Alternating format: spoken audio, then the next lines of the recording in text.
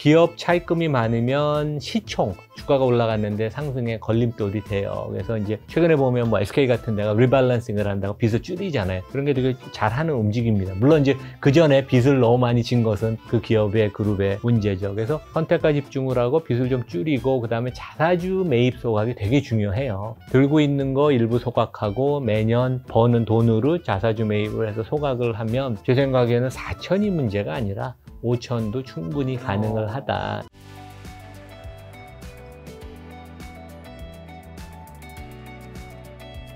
이재명 정부가 출범하고 증시가 굉장히 지금 좋아졌죠. 현재 일단 한국 주식이나 미국 주식 한번 점검부터 가볍게 일단 한번 여쭤볼게요. 어떻게 보시나요? 우리 국내 코스피가 뭐 독보적으로 요즘 상승을 보이고 있습니다. 그러니까 4월 초에 트럼프가 이제 깜짝 놀랄 상호 관세를 부과한다 그러고 주가가 폭락했다가 이제 4월 9일이 미국이 저점이었는데, 그 이후로 뭐 전 세계 주식시장이 한 20% 이상 다 반등을 했는데, 전 세계에서 가장 상승률이 대한민국 시장이 높다. 그러니까 금년 들어서 우리가 봐도 코스피가 30% 이상 급등을 했으니까. 근데 되게 놀라운 사실은 우리 대한민국의 경제 전망이나 기업이익 전망이 특별히 개선된 건 없죠. 오히려 뭐 최근에 나오는 경제 지표나 기업이익에 관한 전망은 좀 더 암울한 그런 상황인데, 주가가 30% 이상 급등했다는 것은 우리 보통 얘기할 때 펀디멘털의 개선이 없이 주가의 밸류에이션, 주가 퍼만 올라갔다. 왜냐하면 저희가 주가가 한참 많이 빠졌을 때가 우리 시장이 퍼가 한 8.5배? 8배, 8.5배였는데 지금 이제 10배 가까이 됐어요. 근데 이제 어떤 의미냐면 구조적인 주가 밸류에이션의 레벨업, 그러니까 구조적인 변화입니다. 하지만 펀디멘털 기업이익이나 경제 전망의 변화가 없는, 그러니까 무엇이냐면 유일한 지금 주가를 레벨업 시킨 것은 투자자 보호가 앞으로 대한민국 주식이 좀 잘 될 것이다. 그것의 촉매는 상법 개정. 외국 투자가들하고 저는 교류를 많이 해서 이제 이 사람들 생각은, 야, 과연 한국은 주식 투자를 할 수 있는 나라인가? 대한민국 기업들이 되게 좋고 좋은 제품 만드는데 어느 날 갑자기 최근에 뭐 파마 리서치 같은 데가 대표적인 거죠. 코스닥의 시총 5조 원인데 갑자기 회사를 분할하고 지배주주는 지주회사로 다 지분을 옮길 것이고 일반 주주는 사업회사로 밑으로 가는데 어느 날 나는 선택을 강요를 당하는 거예요. 그러니까 이제 이런 일들이 워낙 자주 일어나니까 한국은 투자하기 참 힘든 나라다. 이제 그래서 그게 코리아 디스카운트 요인인데, 이번에 아마 이번 주에 상법 개정이 된다고 합니다. 목요일 날 아니면 금요일 날 본회의를 통과한다고 하는데,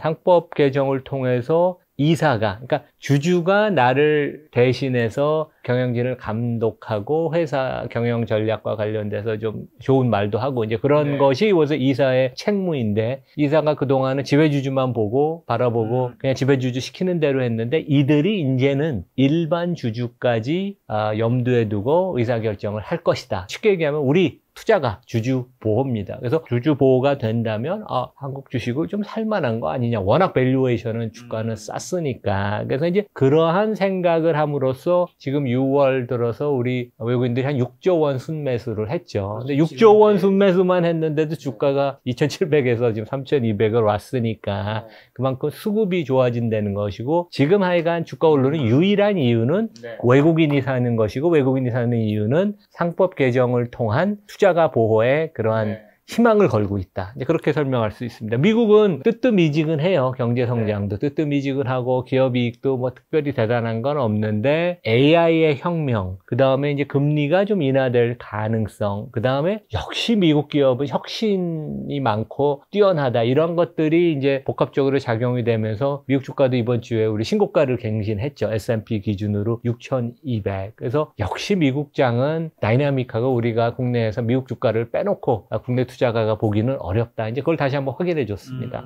지금 말씀하신 대로 코스피가 오늘이 이제 7월이 시작되었는데 코스피 3,121 장중인데 코스닥이 786. 사실 그 사이 바뀐 거는 대통령인 거잖아요. 그 밖에는 엄청 뭐가 바뀌었다고 말하기는 쉽진 않잖아요. 경제는 오히려 성장 전망이 더 안 좋아졌고 기업이익도 뭐 반도체나 뭐 전기차, 자동차, 그 다음에 뭐 배터리 특별히 좋아진 건 없습니다. 근데 바뀐 것은 정치의 리더십, 그 다음에 자본시장 시장을 중시하는 새로운 정부가 들어섰다. 이제 그게 가장 큰 이제 변화죠. 지금 그러면 외국인이 사고 있는 건가요? 지금 최근에 외국인은 순매도, 기관과 개인은 순매수하는 양상이라고 하는데 말씀하신 거랑 좀 어떻게 해석해야 될까요? 그러니까 뭐 하루하루 보는 것에 따라 틀리긴 한데 네. 지난주 금요일 날 외국인들이 많이 팔았어요. 그 가장 큰 이유는 지난주에 상법 개정이 국회 문턱을 통과할 것이라고 외국 투자가들 사이에 기대를 했고 국내 언론도 그런 보도를 했는데 이거 아닌 거 아닌가. 근데 외국 투자가들은 저도 한 30몇 년을 자본시장에 있었고 외국 투자가들 많이 상대했지만 한국 정부, 한국 기업에 대한 신뢰가 진짜 없습니다. 그동안 그러니까 한국을 오래 봤던 사람일수록 나는 많이 당했어. 한국 정부 믿었다간 큰 코 다친다. 그래서 이번에도 반신반의하는 외국 투자가가 워낙 많습니다. 이게 거꾸로 이번 주에 상법 개정이 되고 부속 조항들, 뭐 집중투표제 뭐 이런 것들이 진짜 다 이루어진다면 반신반의하던 외국인들이 내가 틀렸구나. 한국을 비중 축소 언더웨이트 아주 적게 갖고 있던 걸 최소한 중립 내지 비중 확대로 해야 되겠네. 그래서 어마어마한 외국 자금들이 몰려올 가능성이 있다. 근데 국내 투자가들은 또 최근에 이러한 상법 개정 기대감으로 주식을 잘 안 팔려고 그러죠. 수급이 엄청나게 타이트해지면서 주가가 많이 올라갈 여지가 있다. 그러니까 금년, 내년 외국인 순매수는 수십조 원에 아주 강하게 이루어질 가능성이 있다. 한마디로 향후 외국인의 매수세라든가 순매수 규모가 굉장히 커질 수 있다고 보시는 거네요, 교수님. 우리가 경험한 그동안 순매수세보다 훨씬 큰, 그러니까 이제 어느 정도 최근에 자금 이동이 많냐 하면 미국 정부, 트럼프 정부에 대한 불안감, 달러를 우리가 너무 많이 익스포저가 있으니까 좀 더 탈달러를 해야 되는 거 아닌가, 이제 그런 움직임들이 많았죠. 그래서 이제 유럽 주가가 급등을 상반기에 했고, 일본도 4월에 한 달 동안 무려 외국인이 한 달 동안 36조 원 일본 주식을 샀습니다. 어마어마한 규모죠. 근데 일본 시장이 우리 시장보다 한 3배, 5배는 크죠. 그걸 감안해도 금년에 뭐 30조, 40조 원 아니면 그 이상의 돈이 들어올 수 있고, 내년에 지금 현 정부가 거버넌스 개혁, 투자가 주주보호를 위한 후속 조치들을 다 하면 뭐 내년에도 그 정도 금액은 들어올 수 있어서 우리가 경험하지 못한 외국인 순매수가 향후 한 2, 3년 지속될 수 있다. 그런 말씀을 드리겠습니다. 자, 그 말씀하신 정부의 밸류 프로그램과 상법 개정안이 증시 체질 개선과 주가 상승이 이번에는 진짜 실질적 효과를 낼 것으로 기대하는지랑, 그리고 그런 주주환원 관련주는 어떤 섹터들이 좀 해당이 될 수 있는 걸까요? 모든 섹터가 뭐 어느 정도 이제 좋은 반응은 있겠지만 그래도 더 오르는 섹터는 있을 거잖아요. 그러니까 지난 정부에서 추진했던 밸류업이라는 것이 그 아이디어 개념과 그다음에 처음에 이제 작년 5월에 그 가이드라인을 만들었어요. 기업들이 이것을 지침으로 해서 밸류업을 발표하고 실행을 해라. 근데 거기까지는 되게 좋았어요. 하지만 아마 지난 정부는 자본시장에 대한 이해도도 좀 떨어지고 이런 거버넌스 기업 개혁에 대한 진정성이 없고, 그 다음에 이제 친기업적인 성향이 있기 때문에 기업과 대치하는 것을 좀 원치 않았던 것 같아요. 그래서 약간 시작은 좋았지만 이제 용두사미 같이 됐는데, 밸류업 그 아이디어 개념 자체는 좋아서 개별 기업들이 아마 이번 정부는 이제 이름을 바꿀 것입니다. 근데 이제 개별 기업들도 밸류업을 해라, 그 지침을 따라라, 이제 그런 것을 좀 더 강하게 요구를 해야 될 거고, 실제 밸류업이 성공했다고 한국거래소는 발표했지만 실제 우리나라 가장 대장주인 삼성전자는 아직 밸류업 발표 안 했습니다. 그러니까 한화그룹 같은데, 삼성그룹 같은데도 각각 한 개사만 발표를 했고, 그래서 호응도가 아주 낮아요. 그래서 이번 정부가 이름을 바꾸는 거는 뭐 가능하지만 이제 그걸 꾸준히 추진하는 거고, 그 다음에 한국 기업들이 너무 일반 주주를 무시하는 관행이 많기 때문에 스스로 그냥 잘하라고 자율적으로 맡기는 것은 그동안 전혀 성과가 없기 때문에 이번에 이제 법제도를 통해서 반칙을 하면 꿀밤을 맞는다, 처벌을 받는다, 이제 그런 그 원칙을 강하게 드라이브 거는 게 좋고, 아마 이제 수혜주들은 그동안 이제 이 밸류에이션이 주가가 눌렸던, 그게 뭐 지배주주의 뜻이었든 아니면 시장이 간과를 했던 이제 그런 종목들이 최근에 많이 올랐죠. 지주회사주도 그렇고, 뭐 증권주도 그렇고, 금융지주사들은 은행 관련되는 작년에 꾸준히 올랐고 증권들이 최근에 많이 올랐는데 그러니까 이런 것들이 어떻게 보면 야구로 치면 주가 상승은 이제 한 3회, 4회 정도 온 거 아닌가. 그래서 좀 더 상승의 여지가 있다. 그러니까 큰 흐름은 그동안 밸류에이션이 낮았던 것들이 계속 밸류에이션을 제자리를 찾아가는 그런 모습이라고 우리가 볼 수 있겠습니다. 지주와 증권과 은행, 금융지주 은행 쪽에. 근데 시장 전체가 아마 밸류에이션이 많이 올라갈 네. 거예요. 그래서 시장 전체를 플레이하는 것도 좋고, 뭐 ETF 같은 것도 좋죠. 근데 네. 조금 저는 이제 뭐 개별 종목 얘기를 하자면 삼성전자는 시장을 따라가기가 어렵다. 그런 걱정을 하지만, 근데 제가 그래서 어디 자산운용사 사장님한테 삼성전자를 뺀 시장 ETF가 있습니까? 그랬더니 대한민국에 아직 없다고 그러더라고요. 근데 하여간 시장 전체로 상당히 좋은 모습을 보일 것이다. 예.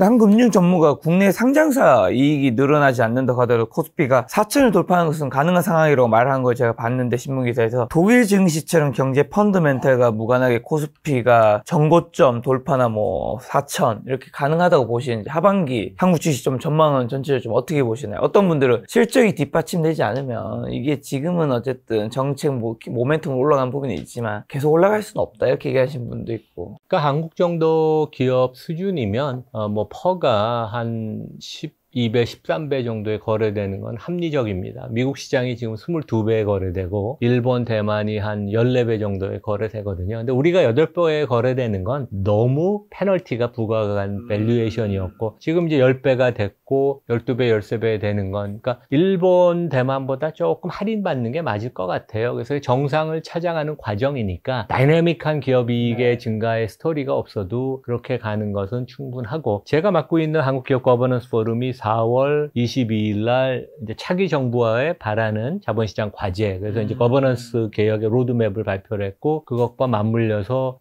저희 포럼이 기업들이 선택과 집중을 잘 하고 차입금을 갚고 빚이 좀 너무 과다하게 많습니다. 우리나라 기업이. 그러니까 빚을 좀 갚고 왜냐하면 기업 차입금이 많으면 시총 주가가 올라갔는데 상승에 걸림돌이 돼요. 그래서 이제 최근에 보면 뭐 SK 같은 데가 리밸런싱을 한다고 빚을 줄이잖아요. 그런 게 되게 잘하는 움직임입니다. 물론 이제 그 전에 빚을 너무 많이 진 것은 그 기업의 그룹의 문제죠. 그래서 선택과 집중을 하고 빚을 좀 줄이고 그 다음에 자사주 매입 소각이 되게 중요해요. 들고 있는 거 일부 소각하고 매년 자기 회사가 이제 버는 돈으로 자사주 매입을 해서 소각을 하면 제 생각에는 4천이 문제가 아니라 5천도 충분히 가능을 하다. 근데 하여간 상법 개정을 이번 주에 하고 후속 조치로 집중투표제도 도입하고 감사위원, 그러니까 일반 주주를 위해서 일할 수 있는 독립감사위원 선출을 늘리고 그 다음에 자사주에 대해서 우리나라에서 이제 뭐 총자산이 2조 원이 넘는 큰 회사들 강제로 소각을 하는 그런 원칙을 천명을 하고 뭐 이런 것들이 이제 이루어지면 5천도 충분히 가능하다고 생각합니다.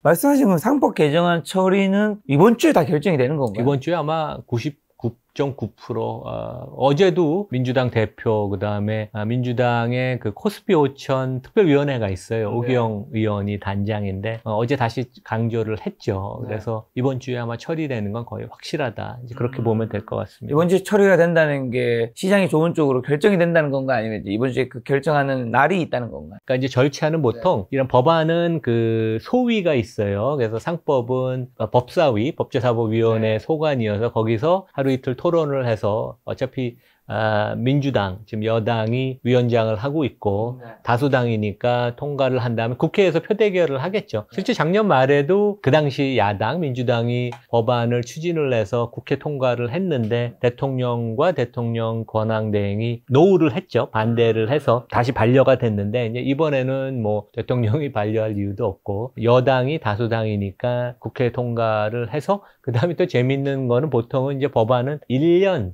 유예기간을 두고 1년 후에 발효가 됐는데 이번에는 즉시 발효가 되는. 왜냐하면 이제 기업들이 유예기간을 두면 그 사이에 1년 동안 또 나쁜 짓을 많이 하니까. 지난주에도 뭐 우리나라 대표 기업인 롯데, 태광산업 이런 데가 뭐 자사주 갖고 뭐 장난치는 것들을 되게 많이 했거든요. 그래서 믿을 수가 없기 때문에 즉시 법안이 발효가 되는. 이번 주 금요일 날 통과가 되면 금요일부터 상법 개정안은 확정이 돼서 즉시 공포가 되는 것입니다. 혹시 그 개정안에서 개정이 되는 것들이 좀 어떤 것들이 있는 걸까요? 가장 큰 것은 이제 그동안 이사는 회사를 위해서 일해야 되는 그런 충실 의무밖에 없었어요. 근데 이번에 회사와 더불어서, 그러니까 and, 그래서 이제 주주. 그래서 어떤 의미냐면, 이제 저 같은 학교 교수나 교사들이, 학교와의 계약만 있죠. 그래서 우리가 연구를 하거나 가르칠 때 학교를 위해서만 열심히 일해야 되고, 학생을 위해서는 열심히 안 해도 되는 거예요.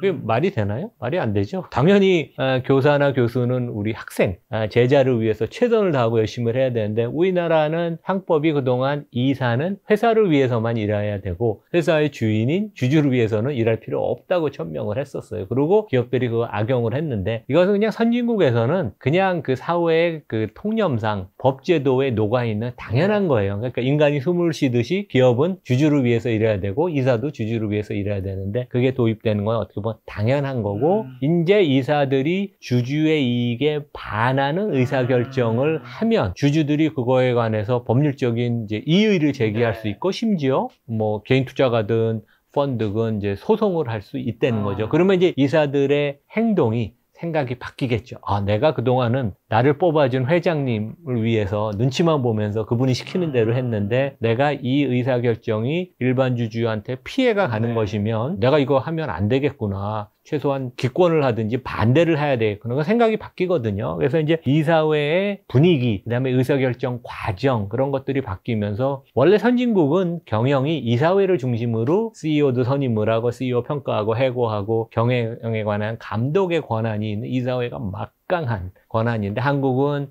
회장이 그냥 이사회를 경영의 그 수단, 방법으로만 여겼는데, 이제 그것이 바뀜으로써 엄청난 큰 변화가 있을 것입니다.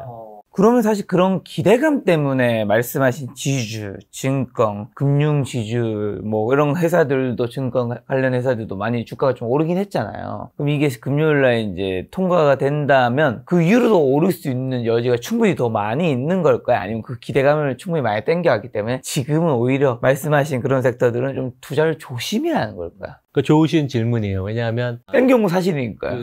주식시장은 선반영이 되는 거고, 루머에 사고 뉴스에 팔아라. 근데 이제 국내 투자가들이 의외로 빨리 이 상법 개정에 대한 기대감을 반영을 해서 주가를 오히려 최근에 공격적으로 많이 샀습니다. 근데 결국 우리 시장의 몸통은 여전히 외국인이고, 최근에 주가가 2,700에서 3,000을 좀 훌쩍 뛰어넘은 가장 큰 동의는 6월 달에 외국인들이 한 6조 원 이상 샀어요. 반도체 주식, 자동차 주식, 방산 주식, 뭐 금융주 이런 거를 수천억 단위로 많이 사서. 그런데 아까 제가 말씀드린 것처럼 외국인들 중에는 한국에 대해서 그동안 워낙 많이 배신을 당했기 때문에, 정부 정책, 그다음에 기업들한테 너무 많이 속았기 때문에 한국 정부 정책은 믿지를 않는 사람들이 워낙 많습니다. 그래서 상법 개정도, 왜냐하면 작년에도 밸류업 한다 그러다가 다 포기했잖아요. 그래서 이번에도 물론 이재명 정부가 다른가 하지만 외국인들은 정치인들에 대해서 판단을 잘 하기가 어렵죠. 근데 정책이, 법안이 통과가 되고 확정이 돼서 발효가 되면 그때 믿을 것입니다. 그래서 외국인들의 대기 자금이 어마어마하게 지금 많아요. 그래서 지금 반신반의하는 외국인들도 한국 주가가 워낙 올라가니까 이거 내가 뭔가 미스한 거 아닌가, 놓친 거 아닌가 하지만, 여전히 밸류에이션이 한국 시장이 퍼가 10배니까, 물론 금년에 30%가 올라갔다 그래도 외국인들은 펀디멘털한 잣대는 밸류에이션을 놓고 봅니다. 퍼가 10배, PBR이 조금 올랐지만 1배. 그러면 여전히 저평가됐기 때문에 큰 자금들, 연기금, 대형 펀드들의 자금이 지금 이제 사이드라인에 지금 기다리는 게 많은데, 이번 금요일 날 이제 법안이 국회 문턱을 통과돼서 확정 발표되고 즉시 발효가 되는 순간 외국인 자금들은 상당히 대규모로 더 몰려올 것이 외국인 자금은 있다. 그동안 당한 게 너무 많기 때문에 지금 할까 말까 이런 상황에서 들어오긴 좀 쉽지 않고, 진짜 하게 되면 그때부터 물밀듯이 들어올 확률이 굉장히 높다라는 말씀인 거네요. 네, 맞습니다. 자, 그러면 이재명 정부가 근데 그거 외에도 내수 신작을 위해서 추가 경정 예산 추경 의결을 하고 있는데, 요게 하게 되면 어쨌든 우리 대한민국 국민 주머니에 이제 돈이 조금씩은 다 쏟아져서 할 텐데, 이걸로 인해서 뭐 증시라든가 아니면 증시에서도 어떤 섹터에 좀 플러스가 되는 부분들이 있을 수 있을까요? 뭐 제 생각에는 이제 경제 심리를 좀 살리겠다는, 꺼진 불을 좀 다시 지피겠다는 그런 정책 시도는 뭐 나쁘진 않습니다. 근데 막상 실무 실물 경제에 얼만큼 도움이 되고, 특히 이제 자본시장에서 그게 얼만큼 도움이 될지는 저는 조금 조심스러운 생각을 해요. 오히려 증시가 3,000을 넘고 3,500을 돌파를 해서 최근에 보면 정치 성향을 불문하고 주가가 오르니까 모든 사람들이 좋아합니다. 그렇죠. 근데 이제 결국 경제는 심리라는 얘기가 있잖아요. 투자도 투심이 중요하듯이. 그래서 한국 주가가 3,000이 최소한 바닥이고 여기서부터 더 많이 올라간다고 하고, 많은 사람들이 이게 이제 조금 경제가 이제 앞으로 좋아지겠다는 그런 기대 심리, 주가가 오르면서 사람들이 자신감이 생기면서 소비를 좀 늘리고 그런 거가 되면 오히려 이제 그러한 자본시장 증시가 촉매가 돼서 경제 심리가 조금 바닥을 다지고 회복이 되는. 근데 이제 결국 실물이 되게 좋아져야 되죠. 근데 오히려 이런 자본시장 정책이 오히려 그 추경보다 더 파워풀한 경제의 심리를 좀 이끌어주는 그런 촉매 역할을 할 가능성이 있다. 말씀을 드릴게요. 이재명 대통령이 그럼 정책 수혜감이 앞으로 좀 기대가 되는 섹터는 어디로 좀 정리하면 될까요? 그러니까 대한민국의 상장사의 90% 이상이 지배주주가 있는 소위 우리가 얘기하는 재벌, 대기업이나 뭐 중견기업들도 다 패밀리들이 있잖아요. 그러니까 한국 기업의 10개 중에 9개 이상은 이제 패밀리 소유 지배주주가 있는데, 이런 데들의 상당 부분이 그동안 회장의 의사결정이나 경영진의 의사결정, 아니면 그것을 뜻을 이어받아서 이사회의 의사결정이 되게 편향이 됐고, 일반 주주한테 돌아갈 몫을 회장 패밀리한테 넘겨주는 그런 잘못된 결정이 많았기 때문에 그 모든 것이 좀 바로 잡히는. 근데 여전히 반칙하는 기업들이 많을 겁니다. 그러니까 이제 변호사들도 고용해서 우리는 법률적인 검토를 마쳤으니까 좋을 것이다. 하지만 이제 그런 것들이 많이 사라짐으로써 시장 전체, 특히 지배주주가 있는 패밀리 그 가족 기업인 회사들이 다 밸류에이션이 좀 올라갈 거예요. 그래서 뭐 굳이 어디를 따지자고 하는 건 그렇지만 우리나라의 지주사들 최근에 많이 올랐습니다. SK도 그렇고 LG도 그렇고 많이 올랐는데, 주하나도 뭐 실제 업황이 좋아지는 탓도 있지만 작년에 3만 원에서 지금 9만 원까지 올랐잖아요. 200% 올랐는데 이제 이런 데들이 좀 더 올라갈 여지가 있는 게 있지 않나. 왜냐하면 첫 번째 반칙할 가능성이 앞으로 점점 축소되니까 디스카운트 요인이 없어지고, 이런 회사들이 또 자사주도 많이 들고 있어요. SK 같은 데는 전체 발행 주식 수의 25%가 자사주니까. 그래서 자사주를 일부라도 소각하면 바로 주주가치 증가로 연결이 되니까 가장 억눌려 있던 주식들이 주가가 재평가 받을 것이다. 그리고 뭐 증권주 같은 데도 최근에 올라온 거가 자사주를 많이 들고 있잖아요. 근데 자사주의 신영증권 같은 데가 전체 발행 주식의 50% 이상이 자기 자식으로 들고 있는데 아마 상당 부분 소각을 해야 될 겁니다. 그러면 이제 그런 시장이 그러니까 상당히 똑똑하고 합리적으로 움직여서 자기 자본이 줄면 또 ROE도 올라가고 그러면서 이제 선순환이 될 수 있는 그런 거기 때문에 제 생각에는 지주회사, 금융 관련 회사, 그 다음에 은행 지주 회사들, 뭐 KB 신한 같은데 작년부터 꾸준히 올랐지만 여전히 대단히 매력이 있어서 그런 데들도 꾸준히 상승할 여력이 있다고 보입니다. 배당도 뭐 한 5, 6%, 60%씩 주잖아요. 매력이 되게 있죠. 말씀하신 그 자사주가 많이 들고 있는지 없는지가 우리가 충분히 쉽게 알 수 있는 건가요? 자사주 있어야지 소각을 할 수 있는 거니까요. 구독자분들이 보시기에는 조금 뭐 기술적이긴 하지만 회사의 재무제표, 사업보고서 같은 데 가면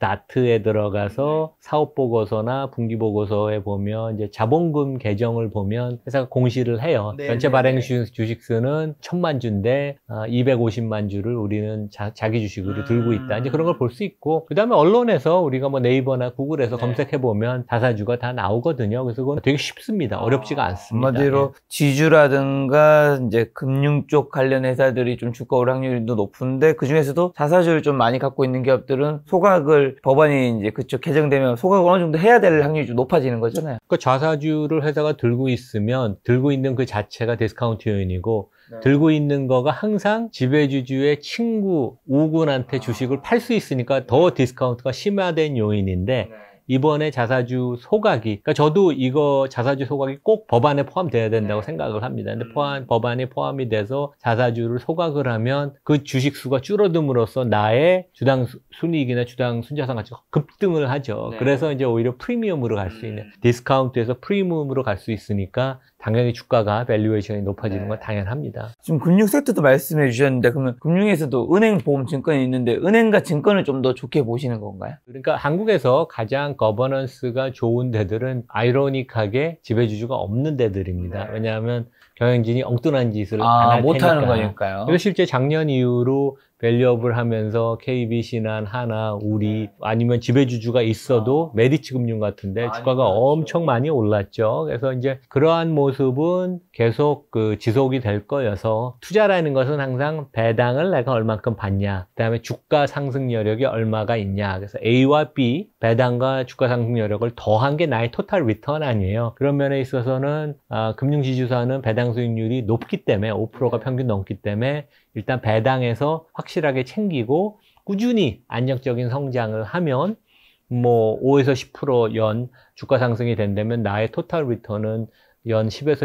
15%니까 대한민국에서 10에서 15% 토탈 리턴을 만들어준 기업들이 거의 없습니다. 대한민국 기업의 10%도 안 돼요. 물론 이제 우리 투자가분들은 훨씬 높은 기대 수익률을 갖고 있지만 실제 기업들은 그것을 그렇게 딜리버를 만들지는 못했죠. 그래서 그러니까 높은 배당이 근거가 되고 아마 그리고 민주당이 연초에 이소영 의원 같은 사람들이 배당 성향은 보통 우리가 배당 나누기 순위 돈 버는 것 중에 얼마만큼 배당으로 나눠주는데 전 세계에서 가장 낮아요. 26%. 최소한 보통 벤치마크가 한 40, 50% 되는데 배당 성향을 높이는 거에 대한 당근 인센티브를 주는 방식으로 최근에 법안들이 논의가 되고 있어서 배당 성향이 더 높아질 거예요. 그러면 이미 배당을 많이 주고 있는데 더 많이 줄 테니까 그런 면에 있어서는 주가가 더 업사이드가 있다고 보입니다. 예. 자, 그리고 또 증권주의 PBR이 여전히 낮다는데 그런 것들 고려해서 추가 상승 여력이 더 있을까요? 미래에셋 같은데 주가 많이 올랐습니다. 많이 올랐죠. 삼성증권, 키움증권. 예, 특히 미래 같은 데는 작년 이맘때만 해도 한 8, 9천 원 하던 주가가 지금 2만 원을 훌쩍 넘어서 시총이 아마 12조 원인가 할 거고 PBR이 1배가 넘었어요.